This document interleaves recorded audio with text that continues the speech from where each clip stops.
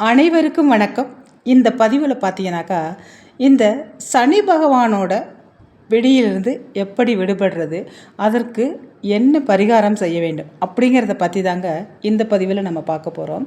அதை பார்க்குறதுக்கு முன்னாடி நம்மளோட சேனலை ஃபாலோ பண்ணாமல் பார்த்துக்கிட்டு இருந்தீங்கன்னா ஃபாலோ பண்ணிவிட்டு பாருங்கள். உங்களோட ஃப்ரெண்ட்ஸ் அண்ட் ரிலேஷனுக்கு ஷேர் பண்ணி விடுங்க. நான் போடுற ஒவ்வொரு வீடியோவும் உங்களுக்கு உடனே வந்து கிடைக்கும். வாங்க இப்போ வீடியோக்குள்ளே போகலாம். இந்த 7.5 சனி, அஷ்டம சனி, அர்த்தாஷ்டம சனி, இது எல்லா இந்த சனி பிரச்சனையில் இருந்தும் நம்ம விடுபடுறதுக்கு காகத்திற்கு உணவிடுதலும், ஆஞ்சநேயர் வழிபாடு மற்றும் 7.5 சனிக்கான சிறப்பு ஸ்தலங்களை நம்ம தரிசிப்பதும் மிகவும் சிறந்த பரிகாரங்களாக கருதப்படுதுங்க. காகம் பார்த்திங்கன்னா சனி பகவானின் வாகனம் அப்படிங்கிறது நம்ம எல்லாருக்குமே தெரியும். தினமும் காகத்திற்கு எள் கலந்த சாதம் அல்லது உலர் திராட்சை வைப்பது சனியால் ஏற்படும் இன்னல்களை குறைக்கும். சனி தோஷம் நீங்க திருநள்ளாறு தர்பாரண்யேஸ்வரர் கோயிலுக்கு சென்று சனி பகவானை வழிபடுவது மிகவும் சிறப்பு. நல்ல ஒரு பலன்களை நமக்கு கொடுக்கும். சனி தோஷத்திலிருந்தும் நமக்கு நல்ல ஒரு விடுதலை கிடைக்குங்க. அதே போல் சனிக்கிழமைகளில் ராகு காலத்தில் பைரவருக்கு நல்லெண்ணெய் தீபம் ஏற்றி வழிபாடு செய்யலாம். அதே போல் சனிக்கிழமைகளில் அனுமன் அல்லது பஞ்சமுக ஆஞ்சநேயரை வணங்குவது சனி தோஷத்தின் தீவிரத்தை குறைக்கும். சனிக்கிழமைகளில் வன்னி மரத்தடியில் உள்ள விநாயகருக்கு எள் கலந்த தயிர் சாதம் படைத்து வழிபாடு செய்யலாங்க. மாற்றுத்திறனாளிகள் அல்லது ஆதரவற்றவர்களுக்கு உங்களால் இயன்ற உதவிகளை செய்யலாம். சனிக்கிழமைகளில் ஏழைகளுக்கு நல்லெண்ணெய் அல்லது இரும்பு பொருள்களை தானமாக கொடுக்கும் பொழுது இந்த சனியின் தாக்கம் குறையுங்க. பொதுவாக சனியின் ஆசீர்வாதத்தை பெற்றவர்கள் பார்த்திங்கனாக்கா பெரும்பாலும் கருப்பு அல்லது மாநிற தோற்றத்துடன் காணப்படுவார்கள். இவர்கள் பிறக்கும்போது சுருட்டை முடிவுடன், சிலர் பார்த்திங்கன்னா கருநீல கண்ணுடன் இருப்பார்கள்ங்க. சிலருக்கு பிறக்கும் குழந்தைகளின் இடுப்புக்கு கீழ்ப்பகுதியில் தழும்பு அல்லது பெரிய மச்சமும் இருக்கும். இவர்கள் பார்ப்பதற்கு எளிமையான தோற்றத்துடனும் ஆடம்பரம் இல்லாத வாழ்க்கை முறையுடனும் வாழ்பவர்கள். சனி மெதுவாக செல்லும் கிரகம் அப்படிங்கிறதால அதன் தாக்கம் உள்ளவர்கள் செயல்களிலும் மெதுவாக தான் முன்னேறுவார். ஆனால் தங்கள் இலக்கை அடைய அதிக உழைப்பும் விடாமுயற்சியும் காட்டுவாங்க. சனியோட சுப தாக்கம் அதிகமாக காணப்படும் முக்கிய ராசிகள் எது அப்படின்னு பார்த்தீங்கன்னாக்கா கும்பம், துலாம், மகரம். இந்த ராசிக்காரர்கள் சுப தாக்கம், அதாவது சனியோட சுப தாக்கம் அதிகமாக இருக்கும். மேலும் பூசம், அனுஷம், உத்திரட்டாதி, ரேவதி போன்ற நட்சத்திரங்களிலும் சனியின் தாக்கம் குறிப்பிடத்தக்கதாகவே இருக்குங்க. ரேவதி நட்சத்திரம் பார்த்திங்கனாக்கா சனீஸ்வரரின் பிறந்த நட்சத்திரமாக சொல்லப்படுது. இவர்கள் தங்களை மேம்படுத்தி காட்ட கருப்பு நிற ஆடைகள், கைப்பைகள், காலணிகள் மற்றும் கருப்பு நிற வாகனங்களை விரும்புவார்கள். அடர் நீலம் மற்றும் கருப்பு ஆகியவை சனியின் நிறங்களாக கருதப்படுது.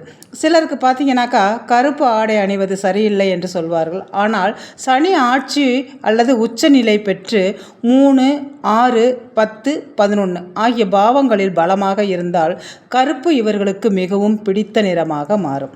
முக்கியமான நிகழ்ச்சிகளில் கருப்பு உடை அணிந்து தங்களை தனித்துவமாக உயர்த்தி காட்டுவார்கள். சனி தாக்கம் உள்ளவர்களுக்கு கருப்பு நிறம் எதிர்மறை ஆற்றல்களை உள்வாங்கி பாதுகாக்கும் சக்தி வாய்ந்த நிறமாக கருதப்படுதுங்க. இது நிலைத்த ஆற்றலையும் பன்முகத்தன்மையையும் வெளிப்படுத்தும் தனித்துவமான நிறமாக இவர்களுக்கு அமையும். இந்த சனியோட மந்தநிலை ஜாதகத்திலும் வெளிப்படும். மாணவர்கள் ஆரம்ப கல்வியில் சிறிது மந்தமாக தோன்றலாங்க. ஆனால் பின்னர் நன்றாக படித்து முன்னேறுவார்கள். அதேபோல் சனியின் தாக்கம் உள்ளவர்கள் தொழிலில் அதிக உழைப்பும் தொடர்ந்து முயற்சியும் கொண்டிருப்பார்கள். இவர்கள் லட்சியம் நிறைவேறும் வரை ஓய்வெடுக்காமல் உழைப்பாங்கங்க. லக்னத்தில் சனி அசுப நிலையில் இருந்தால் சோம்பேறித்தனம் சிலருக்கு ஏற்படும். உடல் நிலைகளிலும் பிரச்சனை ஏற்படும். அதை போலவே சனியின் தாக்கம் அதிகம் உள்ளவர்களுக்கு கடின உழைப்பால் உடல் சோர்வு, மன அழுத்தம், கால்வலி, அஜீரணம், மலச்சிக்கல், இடுப்பு பகுதி பிரச்சனைகள், அடிவயிற்று உபாதைகள் போன்றவை ஏற்படும். மேலும் சுத்தமின்மை அல்லது அழுக்கு போன்ற சனி தொடர்பான தன்மைகள் உடலில் தேங்கி இருந்தால் அந்த உடல் பகுதியில் ஏதாவது ஒரு வியாதி வந்த வண்ணமே இவங்களுக்கு இருக்கும். அது நீண்ட கால நோயாக கூட மாறக்கூடும். இந்த சனி கிரகம் பார்த்திங்கன்னா ஒருவரின் உடலில் உள்ள வாதம், மந்த வாயு தொடர்பான தன்மையை குறிக்கும். அடிக்கடி நல்லெண்ணெய் குளியல் செய்வது சனியின் தாக்கத்தை குறைக்கும். இந்த சனியோட தாக்கத்தை குறைப்பதற்கு கருப்பு நிற மற்றும் பழுப்பு நிற உணவுகளை அதிகம் எடுத்துக்கொள்வது நல்லதுங்க. குறிப்பாக எள் சாதம், கருப்பு உளுந்து, கருப்பு கொண்டக்கடலை, கருப்பு கவுனி அரிசி, கருப்பட்டி, பீட்ரூட், பேரிச்சம்பழம் மற்றும் கருகுவளை டீ எடுத்துக்கொள்ளலாங்க. இரும்பு பாத்திரத்தில் சமைத்த உணவும் நல்ல ஒரு பலன்களை தரும். மேலும் சனியின் நட்பு கிரகமான புதனை குறிக்கும் பச்சை நிற உணவுகள் முருங்கைக்கீரை, முருங்கைக்காய், பச்சை சுண்டைக்காய், காய்கறி வகைகள், கேழ்வரகு, திணை, கம்பு மற்றும் முளைக்கட்டிய தானியங்களை உணவில் சேர்த்து கொள்வது உடல் நலத்திற்கு நல்லது. அவ்வப்போது உடல் சூட்டை குறைக்க இளநீர், பழச்சாறு மற்றும் குளிர்ச்சியான உணவுகளை எடுத்துக்கொள்வது நல்லது. உடல் சூட்டை சமநிலைப்படுத்த சனிக்குரிய நல்லெண்ணெயை உடலில் தேய்த்து குளிப்பது நன்மையை தரும். அதாவது சனிக்கிழமை அன்னைக்கு ஆண்கள் எண்ணெய் தேய்த்து குளிப்பது நல்லது. பெண்களாக இருந்தால் வெள்ளிக்கிழமை அன்னைக்கு எண்ணெய் தேய்த்து குளிப்பது சனியின் தாக்கத்தை குறைக்கும்.